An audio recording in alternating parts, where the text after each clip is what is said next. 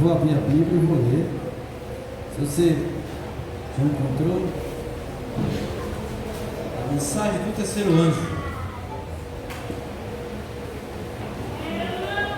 Obrigado, meu irmão. Vamos colocar aqui na tela. Capítulo 14, versículo 9 e 10. Já está na tela.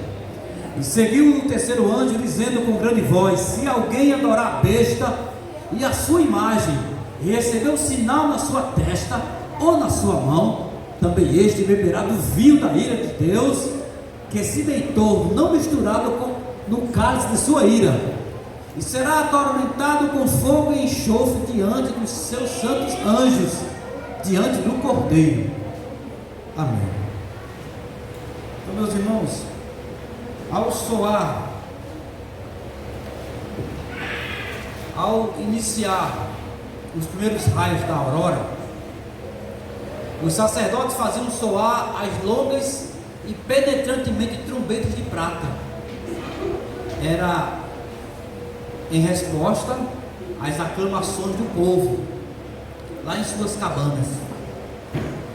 Então, quando o sacerdote tocava aquelas trombetas, elas ecoavam nos vales e nos montes, dando as boas-vindas da festa dos tabernáculos. A festa do tabernáculo era a última festa do ano, era o final do ano para eles.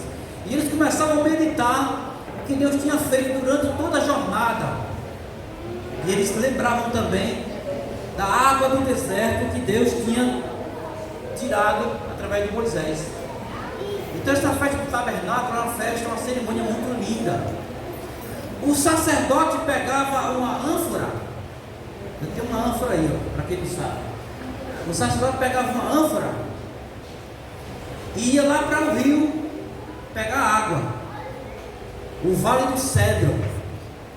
Ele enchia essa ânfora de água e ele subia os degraus ao som da música cadenciado, era com reverência. Quando ele subia os degraus, ele encontrava um pátio. No pátio do templo tinha um altar, e ao lado do altar tinha duas bacias, e ele pegava a água que ele tirava lá do rio, do Vale do Cedro, e enchia uma bacia de água, e a outra bacia ele enchia de vinho. Depois pegava ambas as bacias, tanto de água como de vinho, jogava no tubo, e essa água voltava lá para o rio Cedro e caminhava naquele rio a água 40 quilômetros, desaguava no Mar Morto. Isso era uma cerimônia que eles faziam na festa do tabernáculo, simbolizando a chuva serútea, né? A chuva serútea vai cair no povo e o mundo está morto, e o povo será despertado pela mensagem. E o povo foi lavrado na água e no sangue do Cordeiro. Então, meus irmãos, o que acontecia? Aqui diz que está aí as bacias, era despejado lá. Acontecia que esse rio, esse Vale do Cedro, era considerado um vale imundo, um lugar imundo. Eles colocavam lá apetrechos na época do rei Ezequias e de Josias, e serviu também como cemitério, enterrava mortos lá, jogava os mortos. Então era considerado pelo povo, pela população, como um lugar imundo, um lugar impuro. Só que Deus tinha profetizado através de Jeremias que Ele ia transformar esse lugar impuro, esse lugar imundo, num lugar sagrado, num lugar que Ele iria fazer cerimônia sagrada. Como pode isso, irmão? O poder de Deus é muito grande, né? Um lugar imundo, assim como Dimas, um ladrão, morrendo, condenado pelos seus pecados de roubar, agora recebe ao seu lado um homem consagrado, Deus da palavra de conforto, palavra de salvação. Porque Deus transforma. Ele me transformou, eu fiquei 5 anos no mundo, bebendo, no mundo hostil. Hoje Ele me traz para pregar, me consagrou para isso, porque Deus tem poder para isso, irmão. Por mais que sua vida esteja emaranhada, com confusão, por mais que sua vida esteja imunda, impura, Deus ainda te ama e te quer assim mesmo, tem poder para te transformar. Ele tem poder para transformar. transformar você. É só a gente acreditar. Então ele transformou o rio Cedro. O rio Cedro, isso tornou o Vale do Cedro uma área impura. E por isso é significativo que a profecia de Jeremias apontou para um tempo em que contraste todos os socalcos até o vale da torrente do Cedro seria algo sagrado para Jeová. Como é que pode um homem impuro, pecador, recebe a chuva serôde, batizado com o poder? Deus transforma. Cada dia Ele vai te transformando, a cada dia Ele vai te santificando, até um dia Ele derramar a plenitude do poder do Espírito Santo. Ele tem poder para isso, é só você ter fé, é só você acreditar. O Vale do Cedro, um lugar tão imundo, tão impuro, terminou fazendo o quê? Terminou fazendo um lugar de cerimônia sagrada. Deus quer fazer cerimônia sagrada nesta igreja. Deus quer fazer cerimônia sagrada em você, irmão. Basta acreditar, não importa se você é impuro, se você é pecador. Olha o que Ele fez no Vale do Cedro. Esse vale foi lá que Davi atravessou. Este vale ele separa dois montes, o Monte das Oliveiras e o Monte Moriá. Davi andou lá nesse vale descalço, roupa de saco, porque seu filho Absalão queria matá-lo. Absalão não é isso aqui não, né? Absalão, ele era um homem muito ambicioso, queria o lugar de Davi. Ele planejou nas escondidas, e Davi teve que largar o trono lá em Jerusalém e saiu caminhando, se mesmo jogando pedra em Davi, se mesmo estava jogando terra em Davi, chamando Davi de homem violento, homem sanguinário. Porque, meus irmãos, dava uma aparência que Davi ia perder a batalha, porque o exército de Absalão era 2 vezes mais do que o de Davi. Só que Davi, caminhando triste, ele caminhava nesse vale cabisbaixo, atordoado. Será que tem alguém aqui hoje veio para cá com a vida atordoada? Se é financeiro, se é problema conjugal, às vezes é doença. Às vezes a pessoa está caminhando cabisbaixo. Davi estava cabisbaixo. O filho que ele tanto amava queria matá-lo. E ele não sabia, ele tinha confiança em Deus, que Deus era com ele. Mas na aparência ele ia perder a batalha. E às vezes acontece com a gente, né? Às vezes dá uma aparência que você está derrotado, dá uma aparência que Deus não é com você, a vida está toda tortuosa. O que está acontecendo com a minha vida? Deus fala para você nesta manhã: tenha fé que Ele vai transformar, assim como Ele transformou a vida de Davi. Davi foi vencedor, aleluia. Davi venceu a batalha, era ao lado do rio Jordão ali, um local de floresta. Davi ficou lá, e Davi venceu a batalha. Quando Absalão viu que estava perdendo a batalha, Absalão correu, fugiu, porque Deus era com Davi.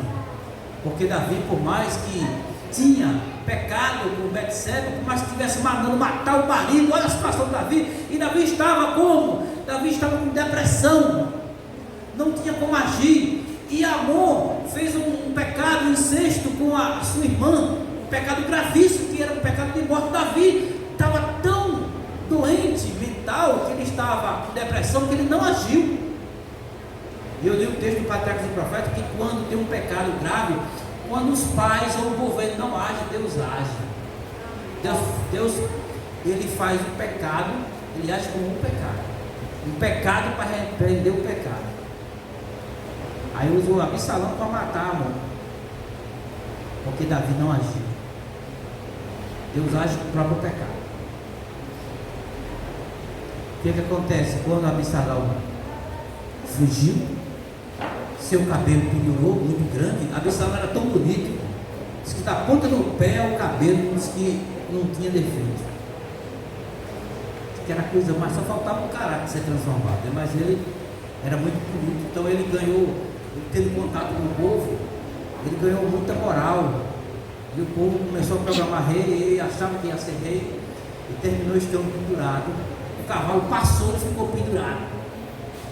O servo de Davi, um soldado, viu, mas Davi tinha dado a ordem: olha, não faça nada com o moço Absalão, é meu filho, não faça nada. E o servo temeu a Davi e não fez nada. Chamou o comandante de Davi, que era Joabe, disse: olha, Absalão está ali pendurado, Mas Joabe, ele não respeitou as palavras de Davi, o pedido de Davi. Ele matou, ele cravou, ele pegou 3 lanças, ele cravou, ele matou Absalão. E teve um etíope que viu, e ele pegou o etíope é uma pessoa de cor, né? Ele disse: olha, vai lá e avisa para o rei tudo que tu viste. Aí Amaás disse: eu vou dar notícia ao rei. Aí ele disse: para que tu quer dar notícia, meu jovem, se tu não tem palavras convenientes? Não, eu não sei o que está acontecendo, mas eu vou dar a mensagem, assim mesmo, eu vou. E ele era profissional corredor, com o irmão corredor de profissional, né? Ele era corredor profissional. E ele passou do etíope, o etíope já ia lá na frente, ele passou do etíope. E quando a sentinela viu Aimaas, filho de Zadok, veio com boas novas, Davi ali esperando. A notícia que o rei queria era o quê? Sobre o filho. E ele chegou: bendito seja o teu nome, o nome do Senhor, ó rei Davi, nós vencemos a batalha, aleluia, Deus é com a gente, vencemos a batalha. E o rei não queria saber, ele queria saber do filho. E o jovem mancebo Absalão, o que houve com ele? Ah, não sei, ele não tinha a mensagem conveniente do rei. Eu vi um alvoroço lá, e eu vi quando Joabe mandou o equipe te avisar, mas eu fui na frente, eu fui dar a notícia. Mas não era notícia, ele ficou em vergonha, não era notícia que o rei queria. Não era. Às vezes nós levamos a mensagem, né? A mensagem que Deus quer hoje, a mensagem que Deus quer, a mensagem que agrada a Jesus, o rei, é justificação pela fé. Às vezes nós pregamos uma mensagem sem Cristo, sem justificação pela fé. Desagrada o rei, quando você sai com a Bíblia para dar uma mensagem, você sai: não, eu vou dar o evangelho, eu vou pregar o evangelho. Aí às vezes você não tem a mensagem conveniente para o tempo. Você sai para pregar: eu vou pregar o evangelho, eu vou pregar. Os judeus percorriam terra e mar para fazer um projeto, que é o projeto do discípulo. O que eles faziam? Isso está em Mateus 23:15. O que os judeus faziam? Filho do inferno, 2 vezes mais do que eles, e pregavam o evangelho. Quem concluiu a obra? Os apóstolos. Porque os judeus não tinham a mensagem no tempo presente, a mensagem conveniente. Não adianta você levar a mensagem como Aimaas quis levar, até no estilo profissional, né? Um bom linguajar, um bom vestuário, uma formação acadêmica, mas às vezes você não tem a mensagem conveniente. Você não teve, você não sabe, você não viu, você não teve um encontro como o João teve naquele pátio, quando João teve ao caminhar Cristo no centro do seu coração. Às vezes você não tem um encontro com Jesus. Às vezes você está numa religião porque foi batizado, porque faz parte de 4 paredes, mas às vezes você não tem a essência que Abraão teve, o encontro. Às vezes você não sabe em quem você crê. Muitos adventistas, no momento certo que Deus vai querer ele vai voltar para trás porque não teve o encontro. Como entraste aqui sem as vestes oficiais? Ele está lá, ó, mas ele não teve o encontro com Jesus. Ele prega, dá mensagem, mas não dá mensagem conveniente. Por que dá mensagem conveniente? Porque falta ele ver pelos olhos da fé. O judeu pegou Jesus assim, ó, quando Cristo nasceu, pegou, levantou. Para ele era um menino comum, mas tinha Simão e Ana ali, ó, com os olhos espirituais, viram que ali era. Olha a diferença quando pegaram Cristo e levantou para o céu. A diferença de pregar a mensagem que o rei chorou. Davi chorou. Davi e todo o seu grupo, guerreiros e estadistas, velhos e jovens, mulheres e crianças, nas trevas da noite, atravessaram o rio profundo e correntoso, pela luz da manhã, nem ainda faltava um sol que não passasse o Jordão. Davi passou cabisbaixo, cheio de pecado, pensando nos pecados, mas ele lembrou de Deus. Importante, irmão, para Deus, o importante para Deus é o perdão. Às vezes nós pecamos, e esse pecado separa. Não importa se você pecou, o problema não é que você pecou, o problema é que você não aceita o sacrifício de Cristo, não aceita o perdão. Davi aceitou o perdão. Davi tinha o quê? Adulterado e matado, e Deus ainda deu a vitória para ele. Ele estava cabisbaixo, pensando: meu Deus, tem misericórdia. Ele nem merecia. A questão não é que você pecou, a questão que Deus quer é que você não aceite o perdão. Sai desta manhã hoje com o perdão de Jesus. Saia com a sua vitória. Se você entrou aqui cabisbaixo, saia dessa sala hoje com a vitória, aleluia, porque Cristo quer te dar um perdão. Ele não quer olhar para o teu pecado, ele quer olhar para aquele que perdoa o teu pecado e quer que você aceite esse sacrifício. Amém. Glória a Deus. Mas Joabe disse: tu não serás hoje um portador de boas novas, porém outro dia as levarás. Está em 2 Samuel 18. Outro dia. E disse Joabe ao Uzi, que é o etíope: vai tu e diz ao rei o que viste. E o etíope se inclinou a Joabe, correu e prosseguiu a Ahimaás, filho de Zadok, e disse a Joabe: seja o que for, deixa-me também correr após ele. Correr após o etíope. E disse Joabe: seja o que for, deixa-me também correr após ele. E disse Joabe: para que agora correreis tu, meu filho, pois não tens mensagens conveniente.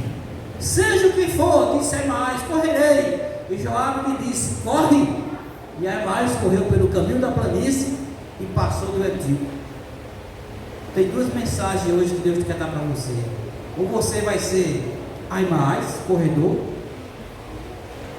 ou você vai ser o etíope. Na chuva serôdia que vai descer. Quem vai ser as pessoas que Deus vai mandar levar a mensagem? Muitos ele não vai querer. Vai arrancar do livro da vida. Eu vou querer pessoas para levar o meu evangelho eterno para os demais. Essas pessoas aqui, vai escolher. Muitos eles vão arrancar do livro da vida, porque foi batizado, está na igreja de 27 dia, mas Deus não vai querer que ele leve, que ele seja batizado com o poder do Espírito Santo. Deus vai arrancar do livro da vida, porque vai ser uma vergonha. Ele não tem mensagem que agrada ao rei. Ele não tem a mensagem que é a mensagem de justificação pela fé. O que é a mensagem de justificação pela fé que Deus está pedindo hoje? A mensagem do terceiro anjo. Eu li, quer ver? Essa mensagem do terceiro anjo, baseada em Apocalipse 14, versículo 9, ela só será dada a quem for selado, quem for escolhido, quando ele selar. Aí é que a pessoa sai dessa mensagem. A primeira e a segunda mensagem serão dadas sem ser selada, do clamor da meia-noite diante da primeira e a segunda. Agora, a terceira mensagem, angélica, que é a justificação pela fé, só vai pregar esse evangelho eterno quem for selado. Aí sai levando. Muitos podem até pregar hoje, mas prega sem sentido, prega sem um poder, sem o momento certo. Muitos estão pregando, levando o mundo todo. Na época de Guilherme Miller, José Wolff pregou, Lacunza pregou, Benjamin pregou, mas a profecia se cumpriu com quem? Diretamente com Guilherme Miller, o escolhido. Ele vai escolher na igreja adventista as pessoas que serão seladas para pregar a mensagem do terceiro anjo. Vai escolher. A obra é dele. Ele vai escolher. Porque muitos estão na igreja, sentados nos bancos, dia de sábado, que ainda não tem a mensagem convencional, não busca esse encontro com Jesus. Não busca a justificação pela fé. Aqui diz, meus irmãos. Isso eu já falei, né? Que é a mensagem conveniente. Então disse o rei: vai bem com o jovem e com o Absalão. E disse a Ahimaás: vi um grande alvoroço, quando o jovem mandou o servo do rei, e a mim teu servo, porém não sei o que era. A Adventista hoje tem que conhecer o santuário, juízo investigativo, que é a verdade presente, englobando. E a Adventista hoje não conhece. santuário, juízo investigativo, chuva cerúlea, como é que vai cair, separação do jogo do trigo. Como é que você quer pregar o evangelho se você não conhece, não está ali? Então foi o etíope que trouxe a mensagem para Davi. A mensagem presente, chamada justificação pela fé, é a mensagem vinda de Deus, tem as credenciais divinas. Deus dá as credenciais para o povo dele pregar isso aí, certo? Mensagem escolhida 359 tem as credenciais divinas, pois seu fruto é para santidade. Quando for no momento que ele quer selar o seu povo, ele vai buscar o quê? Santidade. O que é a santidade? Né? Hebreus fala isso, Hebreus, que nós temos que andar com paz com os outros, sem a qual ninguém verá o Senhor. E Hebreus fala muito bem isso. Seguir a paz e a santificação, sem a qual ninguém verá o Senhor. Hebreus 14, 12, né? Vai 12, 14. Então aqui fala, a oposição é o guião de todos aqueles a quem Deus emprega para apresentar verdades especiais aplicáveis a seu tempo.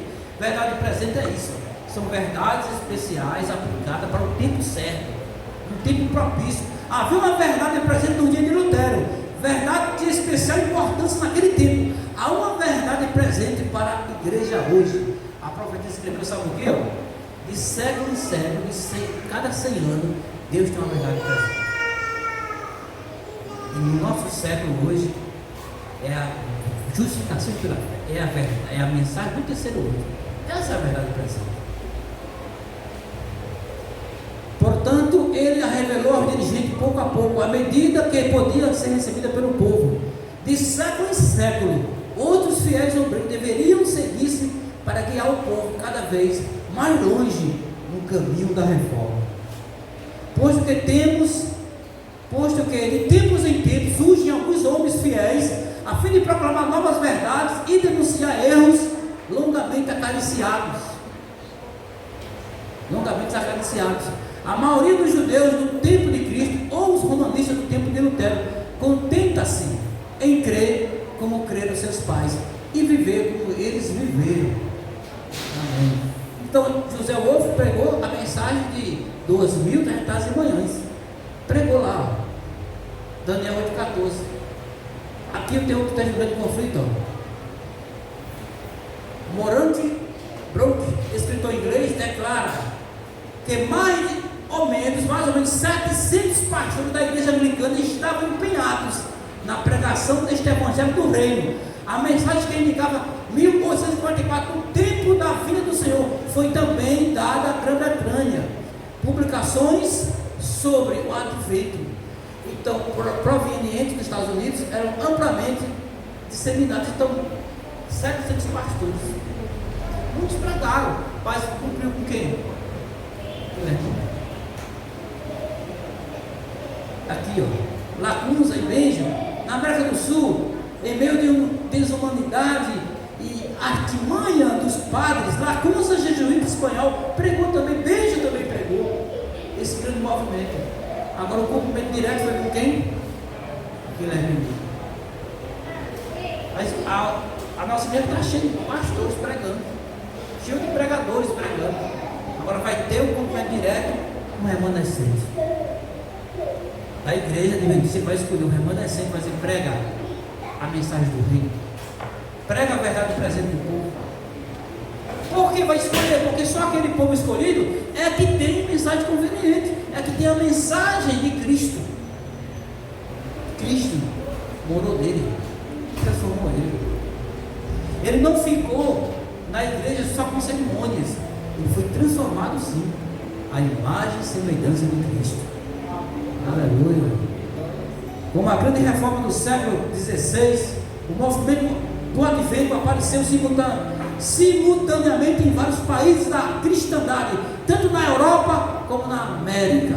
Homens de fé e oração foram levados a estudar as profecias e, seguindo o relatório inspirado, viram provas convincentes de que o fim de todas as coisas estava próximo. Em diferentes países houve grupos isolados de cristãos que unicamente pelo estudo das profecias, das escrituras, creram na proximidade do advento do Senhor.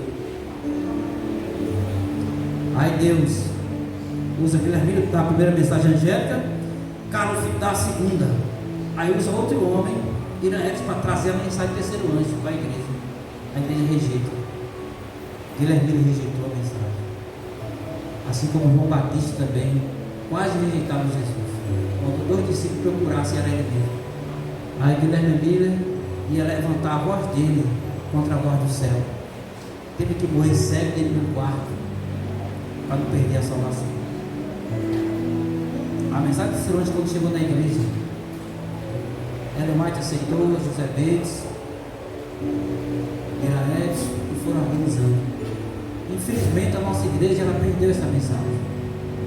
Em 1856 ela perdeu a mensagem de justificação pela fé. Hoje a profecia da nossa igreja chama-se Laodiceia, uma profecia ruim, triste. Jesus batendo, querendo entrar. Jesus batendo, querendo entrar. E a igreja como morna. A igreja morna. Nem é quente, nem é frio. E Jesus apela que a igreja volte ao primeiro amor. Que a igreja comece a ressuscitar espiritualmente, sai da mornidão. E a igreja sempre dormindo. Acostumada. Com um sermão maciço, um sermão macio. A igreja não acorda para a preparação para dar uma mensagem solene. Ele não está acordando para isso. Mas Jesus adverte você nessa manhã: acorde, se prepare. Não seja um corredor veloz, profissional, não. Seja um homem que tem um encontro com o Pai devagar, mas vá com Cristo no seu coração. Caminhe com Jesus, irmão. No momento certo ele te leva. Seja o etíope que viu, chegou para o rei, contou tudo, porque ele sabia. Contou tudo, ele estava chorando. Ele sabia do que ele falava. Aleluia.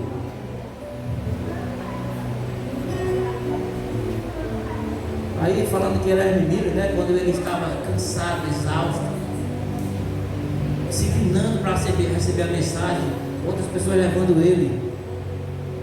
E se todos os que trabalharam unidos na obra em 1844 tivessem recebido a mensagem do terceiro anjo, proclamando-a no poder do Espírito Santo, o Senhor teria poderosamente operado por seus esforços, caudais de luz teriam derramado sobre o mundo. Haveria anos que os habitantes da terra teriam sido avisados, a obra final estaria consumada e Cristo teria vindo para a redenção do seu povo.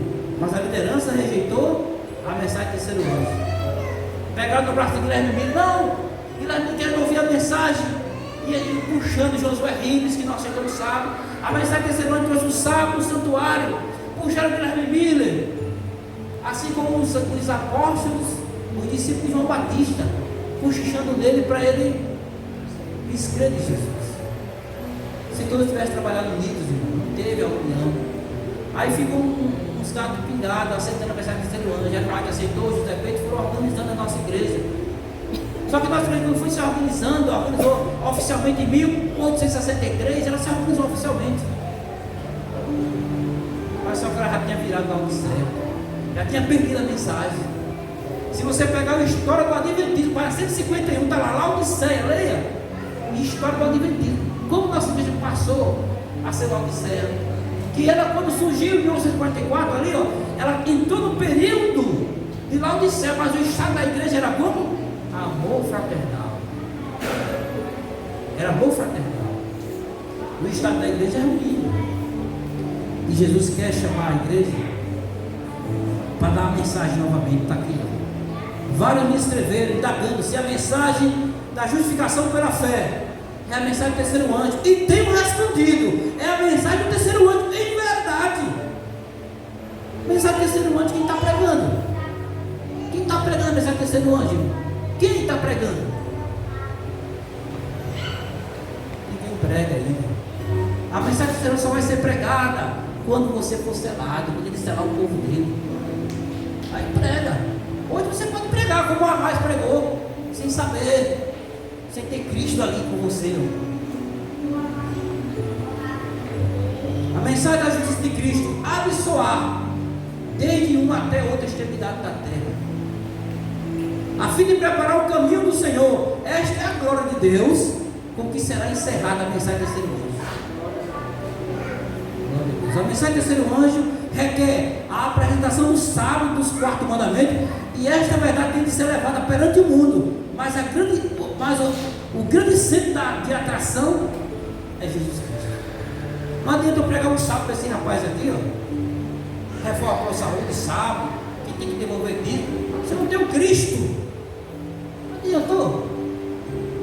Tem que ter Cristo, tem que ver Cristo em mim. Quando eu prego, a mensagem tem efeito. Está faltando isso na nossa igreja, ter Cristo. Nós queremos pregar o sábado, nós queremos pregar tantas coisas bonitas, mas nós não colocamos Cristo, que é o centro da mensagem. Justificação pela fé, você tem que ser justificado. Cristo tem que justificar você. Não adianta nem você pregar, só você falar, você andar, as pessoas dizem: eu vejo Jesus naquela pessoa, eu vejo Jesus naquela irmã, eu vejo Jesus nesse irmão. O povo está vendo. Hoje nossas igrejas, para ganhar almas, tem que trazer sacolão, tem que botar sacolão, bicicleta. Está uma vergonha. Por quê? Tem que mostrar Cristo e trazer o povo, botar uma coisa atrativa, tem que botar algo para atrair o povo. A mensagem não atrai, a oração não atrai. Tem que atrair o povo com a oração, com a mensagem. Cristo, o povo chegar aqui, ver o Cristo no ancião, ver Cristo no porteiro, ver Cristo na igreja. Rapaz, aquela igreja ali, eu senti amor, eu senti Jesus ali. Porque tem justificação pela fé. Lá não prega só sábado não, lá prega tudo. Agora, lá a gente vê Jesus. A gente vê Jesus, meus irmãos. Aí a igreja começa a fluir. Glória a Deus. Aqui diz, ó, Jesus Cristo não deve ser deixado fora da mensagem do terceiro anjo.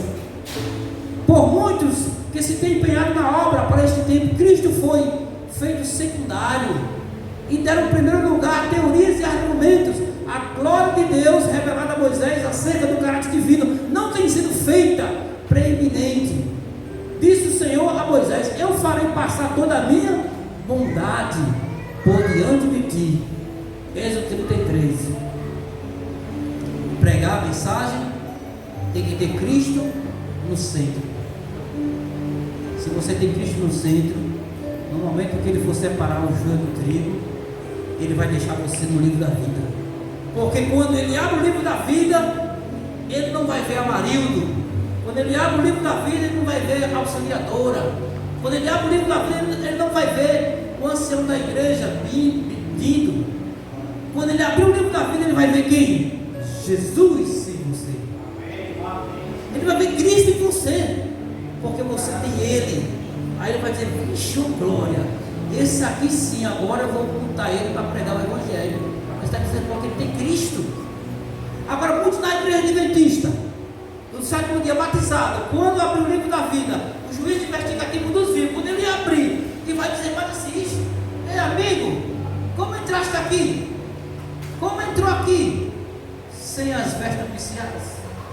Ah, o irmão Dino me deu estudo, falou com o pastor e me batizei. Aí eu estou aqui. Mas só que você não tem mensagem conveniente para levar.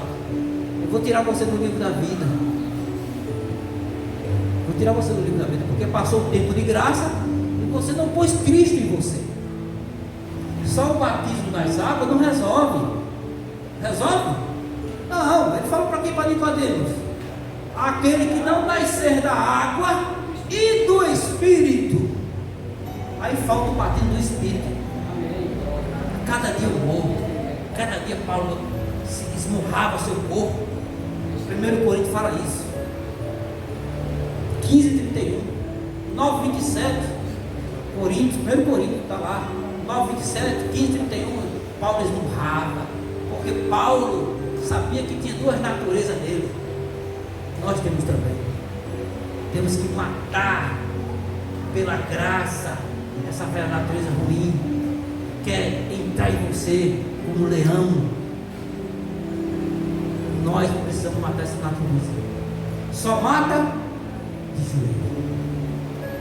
Só mata quando você: Senhor, cuide de mim, me transforma. Eu não quero só ficar com cerimônias.